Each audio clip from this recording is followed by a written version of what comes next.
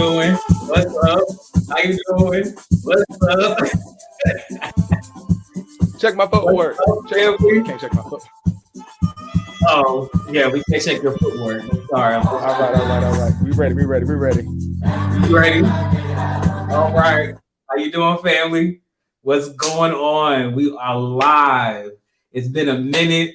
Welcome back. Welcome back, George, to both of us. But we are so excited to be here, y'all. It's always great to really collaborate with y'all. And we got a special hot topic. I'm talking about it's hot. You know what I'm saying? And so, a lot of times we want to go through life. You want to pop your collar. We want to pop the colors. Spring is coming. It's blooming. But today, what pop means is progress over perfection. What up? Progress over perfection. A lot of times as leaders, we try to go through life trying to be perfect, and perfection always the goal, but really it's never the goal. And that's unrealistic. And so that's why we're talking about progress over perfection. So to kick us off, Gio, what you got?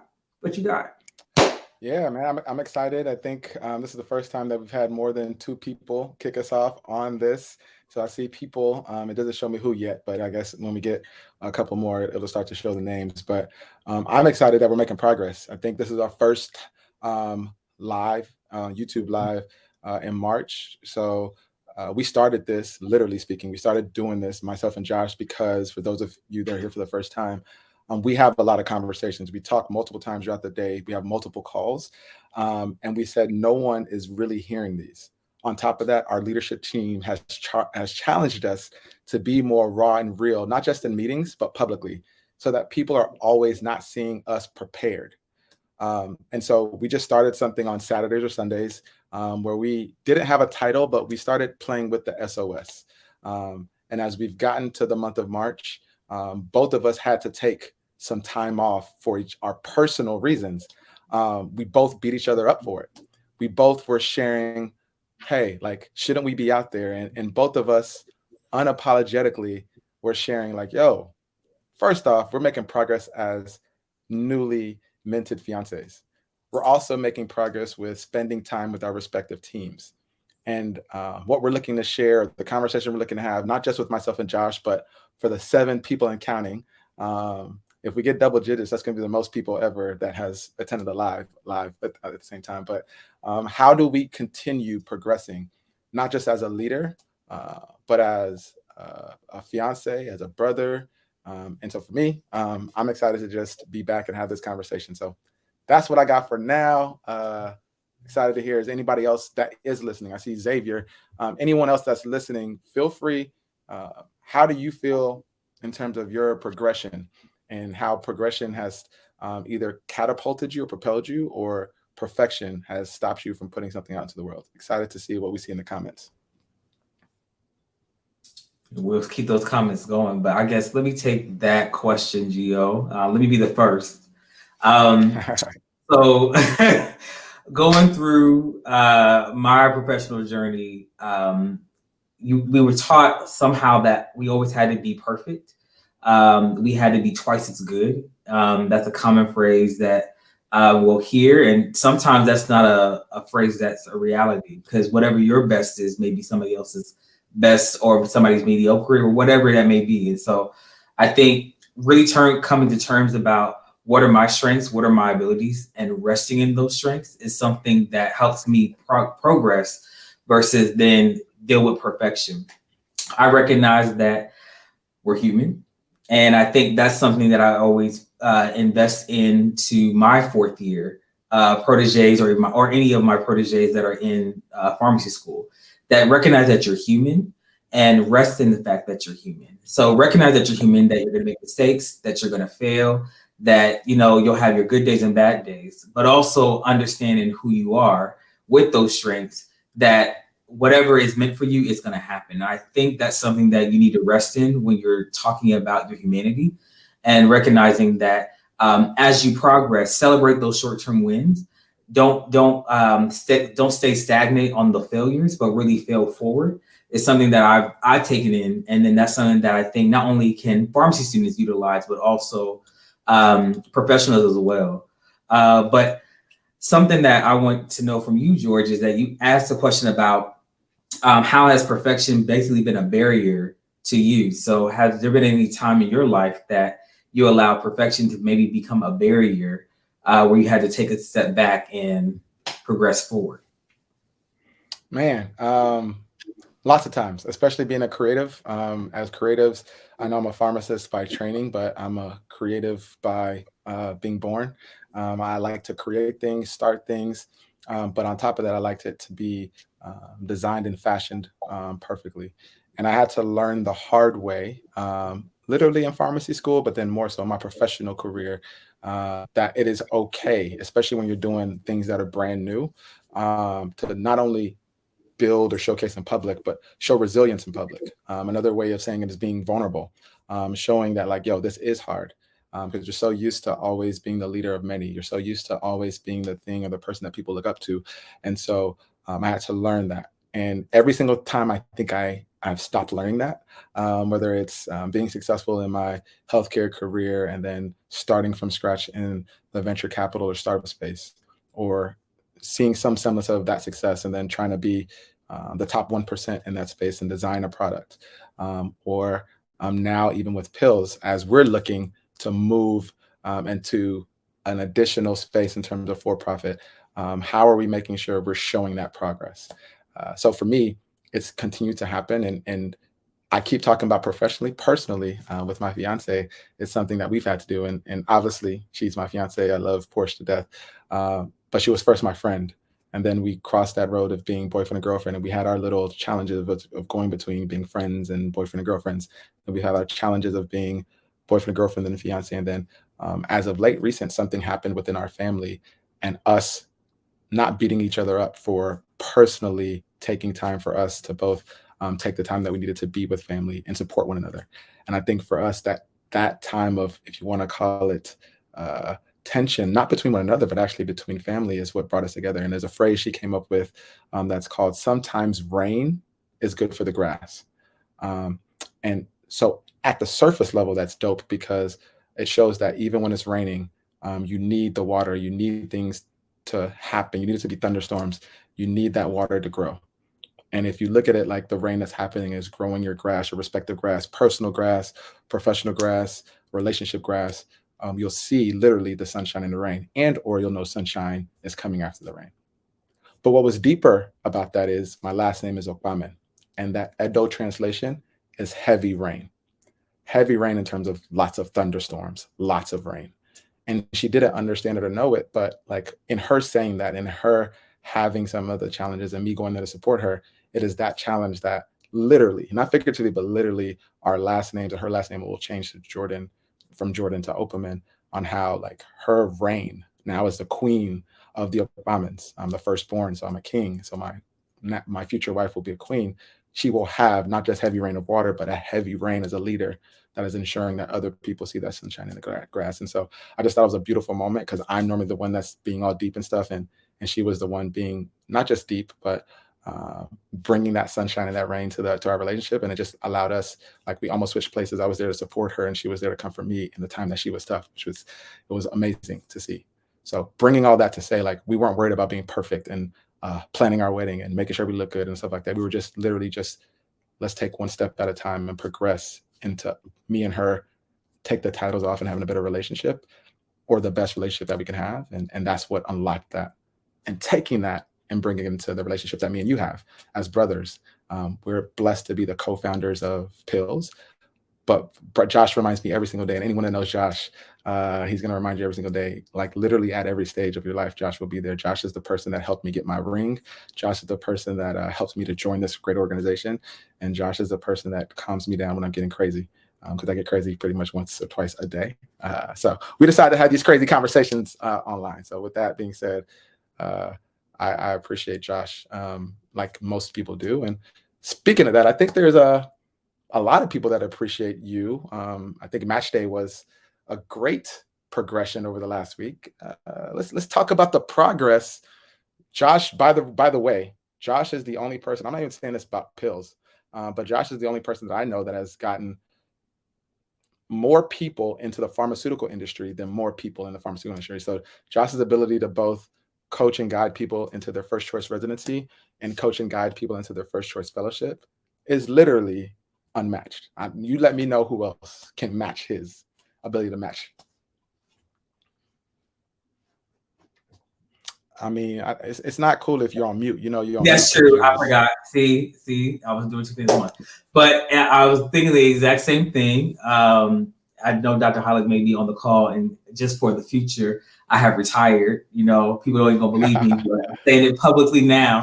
But no, it has been mentioned. You already said something about the rain and thunder, and you know how during the storms you're being literally poured on, and then after that, when the sun comes through, green grass grows.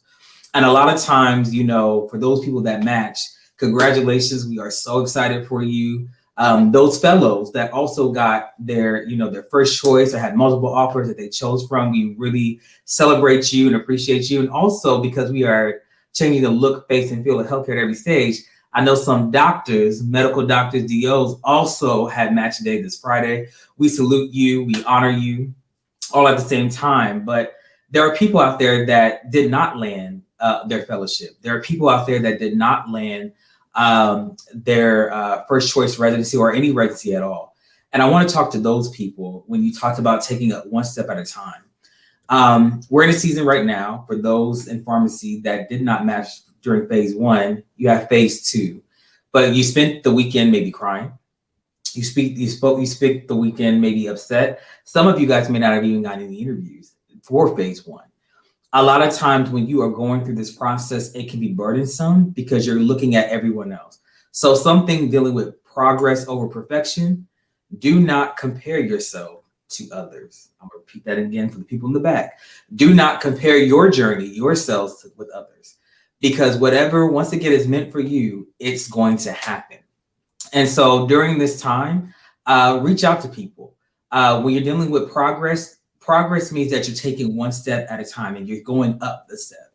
But sometimes you need somebody to go in front of you and pull you to that next step. It takes a community. There's a picture that I'm thinking about where there's actually a leader that's leading a team and he or she is in the front pulling the team up and each person is taking their next step. And so it's going to take a community of individuals that help you along the way. Another thing is just recognizing that you have to plan. Sometimes you have to fail forward. That means you have to fail forward and revise your plan, revise what you think you need to be going. Maybe meditate, pray about it, whatever that is that you have to do, and really talk forward about the monumental progress that you'll be having.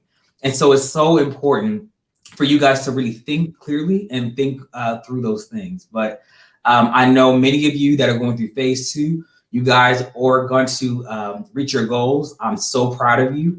We just want to encourage you right now because once again, perfection, getting the first choice, phase one, that's great. Some of us can do that. But if that's not your story, that's cool too. Because guess what? You're going to kill it. Phase two, there's a reason why you're going through what you're going through. And when it comes down to it, after the rain and the storm stops, literally that green grass that you're able to walk on, that you're able to talk about, is going to really pave the path forward. Because when that green grass grows, somebody else is going to walk on that grass, if you really think about it.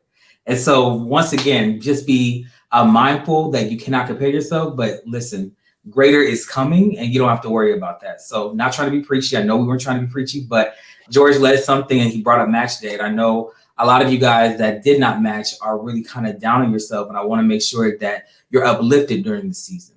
So that's my and to be real again, just to keep pushing on that thought. I mean, I went through it, and when I say it, like obviously, I shouldn't obviously, some of you may not know, but I graduated from Texas Southern University, and then from that time, I didn't get a fellowship, and so it was my ability to. That was probably one of the worst days or times of my life. To really understand, is it something I really wanted to do again? And I did. And the opportunity, the whole entire year. So it wasn't like a step two, it was a full year of pouring into the organization called SNAFA as an executive chairman, helping to build out a community and the framework that they still use today in terms of the executive chairmen, the consultants, and things of that nature. And that insight of building something that did not exist based off of falling, if that makes sense, was something that I took into the following year when I didn't get 0 interviews, but then I had 7.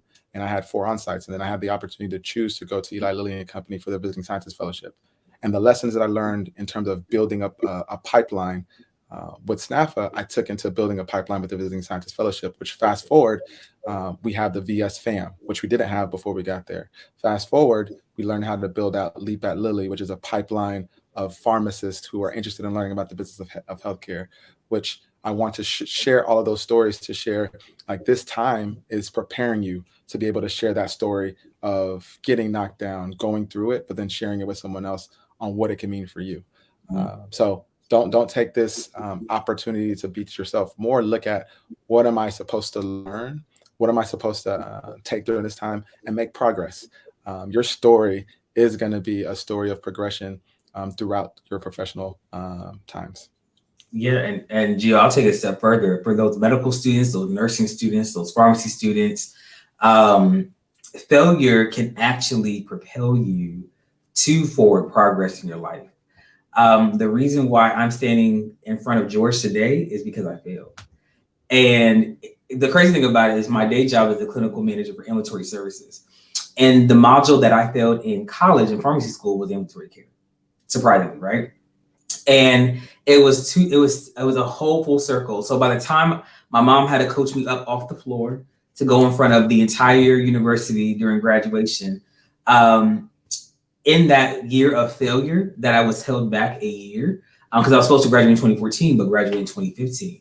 In that year, somehow, God saw fit, I became a national officer of SNAFA.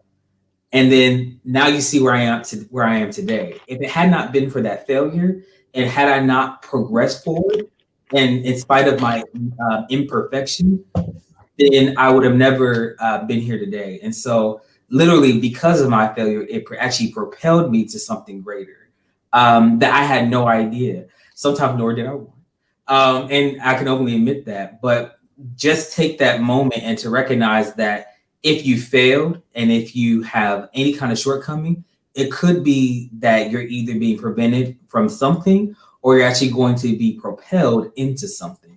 And so, like, I want to tell you guys all, like, I know forecasts for pharmacy students opens back up. For you medical students and DO students, you're probably going to be working with your professors, trying to see what you need to do regarding your scores, or with boards or anything of that nature. Please do not feel like you're on an island. This happens all the time. But once again, your story is your story. And so we cannot emphasize that enough. All right. So we got 8 people on the line. Is there anything else that you guys want to hear? Anything that you guys want to see from us? Please put in the chat. But Gio, what questions or what other ideas do you have for today? Yeah, no, I mean, I think we've talked a lot about the students and their perspective, and I love we're pouring into them, because I think, again, they're at a time right now, wherever you're at, even if you've gotten the opportunity that you set out to get, you're going to go into it like your first 90 days into a new area. Or if you're not a student, you're a professional, it's getting to that midterm, if you want to call it, when you're talking to your boss, and you're going to try to be perfect on everything you've been doing for the first quarter.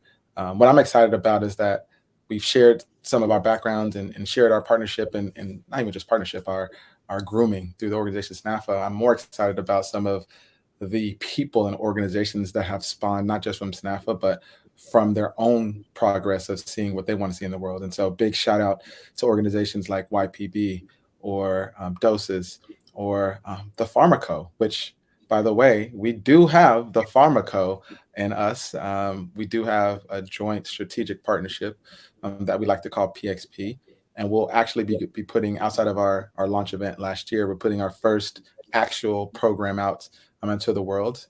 And we both know, when I say we, both organizations know it hasn't been perfect behind the scenes, but we're excited to finally put this into the world. And we're calling this series of conversations. I won't say the number we have. We do have a set number, but we're starting calling these series of conversations for professionals and for students. We're calling it Propelling Pathways. And the context behind that is, again, we talk a lot about the past, but we want to be able to showcase and share people who have been in others' shoes. So this first one's going to be with Montrell Taylor. and he was a pharmacy student, and he was someone, and not to give too much of his story away, I want him to share it himself, but he was someone who found out how to get into managed care, which we don't hear a lot about in pharmacy school. But his lessons that he's going to share is not just about pharmacists, is more so about how are you thinking beyond what has been done before you? How are you creating new pathways for others, for other people that look like you're from the same area? And yes, he did go through our protege program, which is also, applications are dropping tomorrow, Monday, March 20th. That's going to help you prepare on more pathways. But more specifically for Montreal, how are we getting professionals that are currently working in different areas beyond what you're used to, and have them have candid conversations about how they got there, what do they actually do, and how can you be prepared to potentially be in where they're at. And so excited to have that conversation, but more excited to be partnering with the Pharmacos through our strategic partnership with PXP, and also getting an opportunity, like me and Josh, we've been working together, one as brothers, but for more than 10 years. This is going to be the first time that both organizations are out there moderating, helping, and we've been in the background cooking up what we've been cooking up. But I'm excited to show our progress, and I'll tell you right now, it's not going to be perfect, but it is going to be powerful. And hopefully, what you get to take away are some new gems, some new guidelines and things from that for you to take into your pathway. So that's what I wanted to share. I want to share some more on the professional side. I'm looking at the chat. I'm seeing a question from one of our peeps that shows, hey, how did you discover your passion? So I don't know who he was talking to. So because I've been talking for the last 15 seconds, I'll let Josh go first, and then I'll go right behind him. I figured that was going to happen. I was going to try to see how I could segue into you answering the question first. But um, how did I discover my passion? I would say that my passions are forever evolving, but my passion for people stemmed from family background. If you guys know me, I mean, I'm a church boy at heart. Sometimes I try to run from it, but hey. And that's where it stemmed from. Just really seeing my family always serve people. Especially the Blackwell family is a leader in the church, and so I learned it from that. But also, it stemmed from some of my failures. I have been told by some leaders that you will never be able to make it, or I go for help and then they turn me down, and so I know what that feels like, and so um, that anger turned into fire that ignited me to really invest more into people and to make sure that nobody that comes into my presence ever feels what I feel.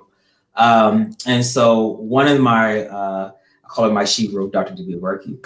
One of the things that she and I had a very much transparent conversation about was, Josh, now that I've known you for some time and I see what you're doing, you really pour out of your pain.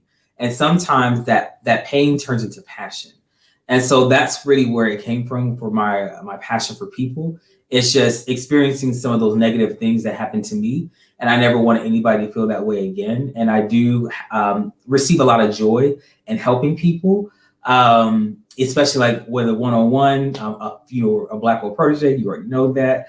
But all of my proteges, even this year, I didn't coach them directly, but they'll say that, Josh had a hand in my coaching this year. And that's because they came out, they reached out to me. Shout out to one of them, one of the product appeals that did match, Jamisa Cummins. She literally came to every single office hours that Maya and I had. She came and texted us, she called us. She just said, I just had one question. And she was never afraid to seek that help. And so when you see that and you invest into that, and then you see them blossom, is no greater feeling for me than to see that from people. So that's where my passion came from, which was through my background growing up, through some of the significant events that helped propel me to invest in people, and then also that end result and that good feeling that I get from doing so. But how about you, Gio? How did you find out your passion? Of course. So, I got to cheat a little bit. I got to hear Josh. I got to do some background research. And I think the question behind this question is also powerful. The question reads, how did you discover your passion? And I think even just at that, like, I think a lot of people conflate passion with purpose. So I think for me, I had to actually, like, the first thing that I hear when I think of passion, like literally, is something that excites. And so again, I wanted to actually go and find out. And I go on the internet and I see the definition of passion is, at least what they share, is a strong and barely controllable emotion. That's one definition. Another definition is ardent affection. Another definition is any powerful or compelling emotion, strong, amorous feeling or desire, love, affection. And so, one thing that I'll say in terms of discovering passion is I discovered Portia, who I'm passionate about, at a trash can at a mid-year conference. So that's one of my passions. But if I'm being like not funny and like answering the question that you really ask in terms of controllable emotion, I think what excites me, what I'm energized by, what I get like crazy about is creating new things and or helping people do things that didn't exist before and or closing gaps. And as I think of like those three things, it's like just being able to quote unquote prove and go do stuff that people didn't say that can be done, whether it's me or a group of people, or go prove and be those things that people didn't think. And so to me, that's passion. Like I get excited. I can wake up and do that and not get paid to do that. When I think of purpose, however, like that's passion. When I think of purpose, I think of like something like the reason for being, like the design. I was designed to do this. And again, that's before looking it up. And I looked it up. It says, oh, purpose, the reason for which something is done or created, or for which something exists, having as one intention or objective. And so I think of like how I discovered my purpose. It kind of goes back to what Josh said. I think one, I'm the first of three boys born to pastors Mike and Christy, who came here from Nigeria. And so just understanding I'm the first, and I was literally born a leader. My dad was the baby of 5, came from the hood. I went to go see that. And my mom is the first of 12. And so just going back to see where I came from, it was important for me not just to be a leader, but to be someone that amplifies Africa and Nigeria, who before the Black Panther and everything that has made it, or before coming to America, before it was cool to be Nigerian, it wasn't cool. And for me to be able to amplify the greatness and the goodness that is in our literal DNA as being Africans or Nigerians. So I believe I was designed to do that first, amplify where I came from. Also come from Houston, Texas, and I'm also a pharmacist. And we all know that even being a doctor or pharmacist, we're overlooked. We're always unheard. And so for me, my purpose as a pharmacist, especially going into the pharmaceutical industry, is to highlight and amplify, again, where I came from. I came from the University of Houston as an alpha, and also Texas Southern University as a doctor. And how do I continue to show love for both, which both made the March Madness the dance, but University of Houston Go Cougs is going to the Sweet 16. But then also as pharmacists, how do I ensure that they're not just seen as practitioners, but they're also seen as producers in business? They're not just seen as people who can follow, and make sure that we have initiatives, but they're also innovators and inventors from scratch. They're not just people who are clinicians in clinics. They can, but they can also be creators and people who have commercial responsibility in a business. And so that's what I believe I was designed for. As you look at my background, as you look at where I'm at today, I wholeheartedly believe that God blessed me to be a leader of uncovering and unlocking and amplifying those around me, but then also showcasing that you don't have to be in a box. There's a power of and. You can be both a clinician and a creator. You can be both African and American. You can be both from the South and the Midwest. And hopefully with us, with Pills and Pills Enterprise, as we highlight what we are, we can be both a nonprofit and a for-profit. And how do we help other pharmacists see the power of what they have inside of them, the intersections? So that's what my purpose is. And how I did that, just to wrap up, how I did that was really being a part of things that were bigger than me, being connected to people who are smarter than me, and also being open to having progression, failing, going back to how we started this. Like, as Josh mentioned, neither one of us thought we could lead 5,000 people, but we both did it. And that gave us a confidence to build an organization that we're listening to on YouTube with. When we started this, we did this the first episode, there was 2 people. The progress is today, we're at 7 right now. I'm gonna keep it real. I told you, I keep saying when we do episode 100 and we got 7,000 people, we're gonna be talking about these times. But we keep coming back to this, understanding that it's about the progress of us having conversations. What I will say is never had these people this active in the chat, which I love. And I see different names, people saying stuff. And again, we want to show you the power, like physically show you the power of Josh is an amazing clinician and George is an amazing creator. And both of us are pharmacists and both of us are on YouTube, actually using StreamYard. We're both on YouTube and Twitter. And if we can do it, we can figure out how to continue to help people through different mediums. You can too. And you can also do the things that you don't think you can do. It just takes, as my fiance likes to say, brick by brick, taking 1 foot at a time and having progress. Don't be perfect. Have progress. Now, I'll stop because there's a lot of stuff in the chat. So yeah, so that's what I'm saying, Gio. You mentioned already talking about, you know, your background and cultural, and I really want you to answer. What better person to answer Dr. Hyland's question? Welcome, Dr. Hyland, in the building. But how much of a role does cultural background play out in the need or desire to chase perfection in the professional space? Listen, I think, and it's funny because when I heard that, I heard the Nigerian side, but it's funny because I know both ways where it's coming from, because Dr. Heilig, as she likes to say, is exceptional. And it's not that she likes to say, it's actually her background. Like if you look up Erica Heilig and you look up, you can Google her, you can LinkedIn her, you will see what it means to be exceptional. And she's not Nigerian. So I'm not going to go the Nigerian route, which if you're Nigerian, you can only be a doctor, a lawyer, and engineer. I happen to be a doctor. But the Black culture, which I know she's referring to, which I'm also a part of, Josh opened it up with having to be twice as good, but not just twice as good in any arena. When you talk about being a Black doctor, how many Black doctors are there in the United States? When we talk about being a Black business leader, and let me be more clear, a Black CEO of a Fortune 500 company, I can count them legitimately on my hands. And so when you think about the I'll call it chase to be perfect, or the chase for everyone else's like applause, or the chase of being a Black man or a Black woman in the workplace, not only is it hard, it's something that we strive to do for ourselves. And that's what the fact is. But I also believe that you have to take that and internalize that and understand where you came from and say, I'm not being exceptional because of what everybody else wants. I'm being exceptional because it's something that I want to do, because I know that there's other people coming behind me that look like me, come from where I come from, and I want to be the example to help that.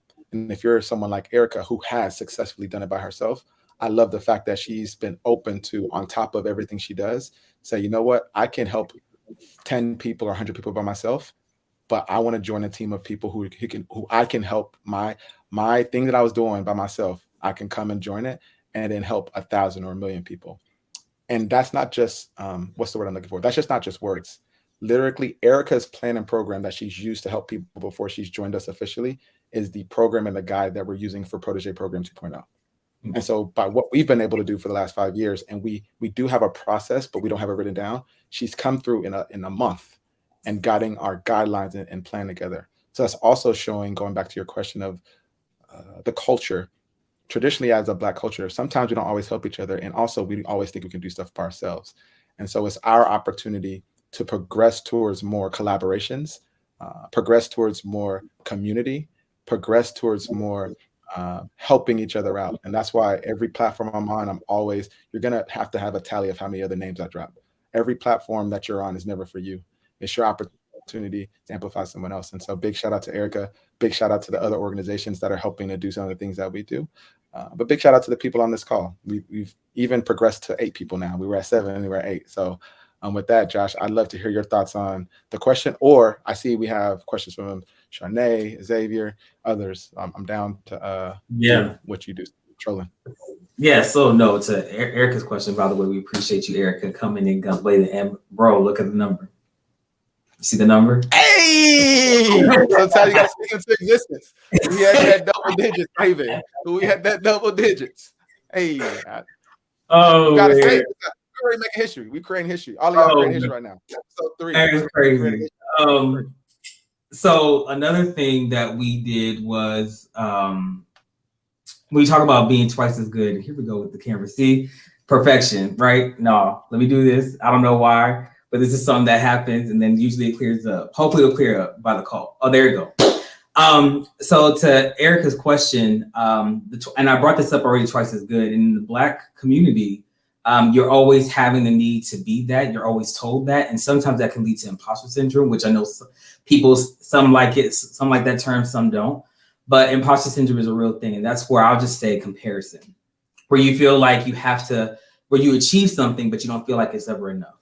And because you're always being pressured. And I know George talked about the Nigerian community, and he's also shared with me how everybody's always saying, like, you got to get the next degree, you have to get the next promotion, you have to get the next in anything, and that is significant in admin. And so it's a significant cultural thing, but you have to recognize and understand what your own strengths there are, and sometimes you have to take a step back, whether you do that through a group of friends or you do it in therapy. You need to take a step back and really talk about, like, where do you see yourself and what are your dreams and what are your visions? Because if some of us, we don't want to be the chief pharmacy officer. We just don't. That doesn't mean that we're not great. It doesn't mean that we're not seeking promotion. It just means that we're seeking promotion and elevation in other arenas. And that's okay too. And I think that leads to what Charnay's question is about how do you balance being involved in professional organizations, work, family, being engaged. And one of the things that I'm learning from my own fiance, Trina, put that question up. It's funny because I put that question up because I read it how you read it, but if you read the last part of her question, it's being engaged in your own personal ventures, being engaged in your own personal ventures. But those are still. Yeah, there are two. Well, that's actually a good point. Thank you for phrasing that. But I will say that something that Trina has taught me about my own personal ventures, family and work, is she says, you feel like you can try to be great at everything, but are you great in one thing? She always challenges me that. So what boundaries are you setting in place to make sure that, yes, you're tackling things and you're doing things in a different way, but you're also human. And so what things are you pouring yourself into, that energy that is needed to get to the next level, and not doing it in 50 million other things? And so what are your priorities? Taking time to reset your priorities and understand where your balances are. And going back to Erica's question about the culture, don't feel that you have to be the president and CEO of everything. Okay. I thought that's how you had to be, especially in pharmacy, especially in admin. They teach you, you should, get promoted in like the next 2 years. And if you're not promoted, then you need to kind of revamp your CV and revamp your experiences to get that next promotion. Your professional career is a journey, and it's a journey that can like weave in different ways and different forms that you never even envisioned in. So it's always key to be open. And so I think that balance is actually setting boundaries. To answer your question in short, setting boundaries and knowing what you want to achieve, knowing what you want to accomplish, but also taking time to pour it into your own things. So if you like crafting, so I have a friend of mine that she invests her time in crafting. That's something that she does for her own personal venture that she's turned into a business, but she does it on the side because she actually enjoys it. It's freeing. It's kind of self-reflecting. It's also kind of therapeutic for her. And so she's able to do that. And shout out to Amanda Grego, as she has her own nonprofit that's really investing back in minority students. So kudos to her. But she does that on a routine basis. But then you also have to have conversation, because you said, how do you balance with family? And so having a conversation with your significant other, or making sure that you have room enough on your plate for kids and their needs and what they have going on, having those conversations and setting those priorities earlier on and creating those boundaries are also going to be helpful. So know that you don't have to be involved in every single professional organization, but once again, setting that time and that space to really look and reflect as to what you want to accomplish in the season that you're in. And know that seasons vary, seasons are different, but understand and recognize that having those conversations, being honest with yourself, are going to be keys for when you're sharing your journeys and you're going throughout the process. But Gio, what do you have for Shanae's question? Yeah, I put that question up one more time just for those that are joining and just really tackling it. And I really love the question because, ironically, and I know she may or may not have known this, but both Josh and I recently got engaged. So that's why I wanted to do that. I know that's what he read. But I love the last part of that, engage in your own personal ventures. And I think, to me, that's like the key part. There's multiple ways to go this, and I'm going to answer the question because you said it too. You said, how are you sharing your personal journeys? Thank you for sharing your journeys. And so how I do it versus how someone else does it. I love what Josh said. The quote unquote, one of the ways to do it or strategy is boundaries, and really to like do one thing versus and then stop and then switch and do another thing For me, that doesn't work well. And I know that. And I'm someone like literally that has multiple tabs open. Like that's how I work. And that's what makes me great because I know how to, if I can do nothing better than anyone else, I know how to connect the dots that people can't see. And that is by having my hands in a lot of different stuff. And so I understand how to have harmony between my organizational life, my work life, my family life. And I'm blessed. I'm lucky that my future wife is also in healthcare. I'm blessed that my personal venture that I have is how do I help my professional venture. I'm blessed that the actual professional organization slash company that I worked for is also in the healthcare space. But I also understand that like my family has nothing to do with what I'm doing. And how do I find ways to pull them in? And or how do I find ways if I'm helping all of these students and professionals dedicated time. And so I'll say this more practically. I give tactical and practical things. So in terms of how do I find harmony, I find ways that, let me say this better. How do I find harmony within my family? Because I want to be clear on what I'm doing. I find ways to when I'm taking a trip for work or taking a trip for pills, how do I carve out an hour and sometimes even a weekend to spend with them either before or after that trip? Because I was going to take the trip to Houston anyways. This is where my family's from for a conference. How do I make sure I come in a day early or stay a day late? So that like, hey, I don't just come to Houston and not talk to my people. Also, very, very, to be real, very intentionally in terms of how do I make sure I'm having phone calls? We all know when we're having a call, we put it on our calendar.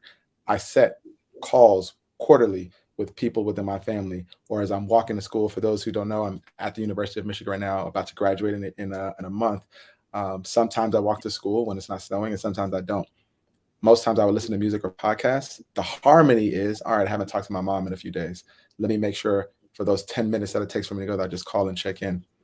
The last thing I'll say is we've created a WhatsApp because I'm Nigerian. So every Nigerian has a WhatsApp and a text message and everything like that. And so we have a family WhatsApp that at least every single day, someone in our family is talking, giving up things. And officially, my fiance has joined the family WhatsApp.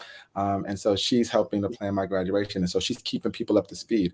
But at the same time, that's where questions are at. So going back to the harmony, like there's not a hard line where like only I have a chat with this person or that person. There's not a hard line to where when I travel, I only travel for work or for pleasure. Because if I'm traveling to see my family, you best know I'm going to have some type of business call or something on top of that.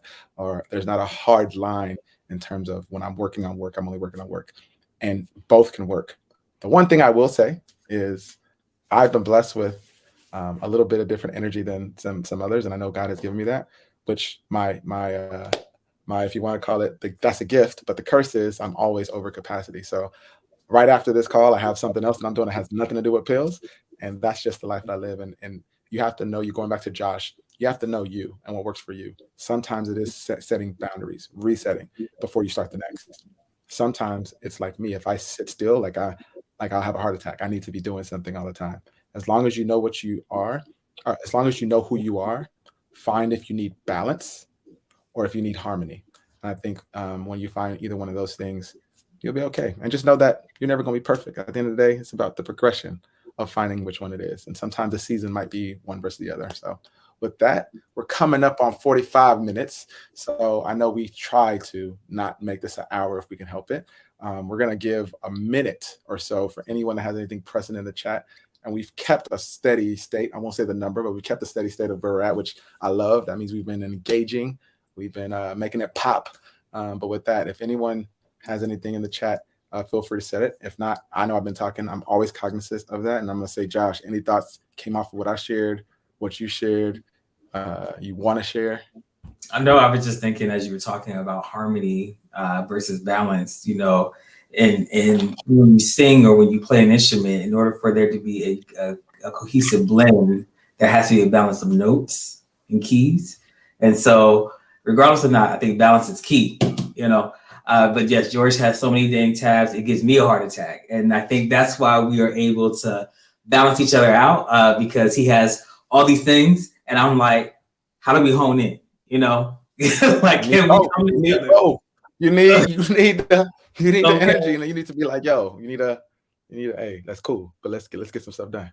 Hey, we needed some time because sometimes we need to, gather. Maybe go to the Gathering Spot, which is another organization that is doing incredible Shout out things. to Ryan. Shout out to Ryan.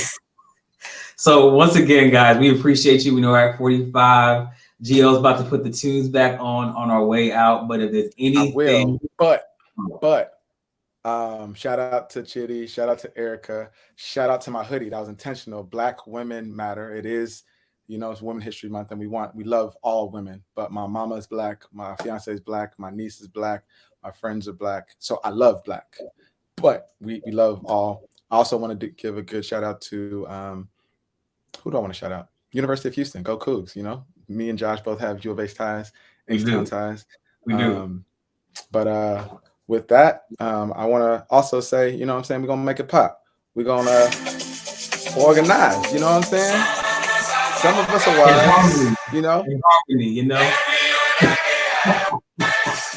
Hey, we'll see some of y'all. For those of y'all that make the trip, we're going to see y'all to the IG where we do a recap.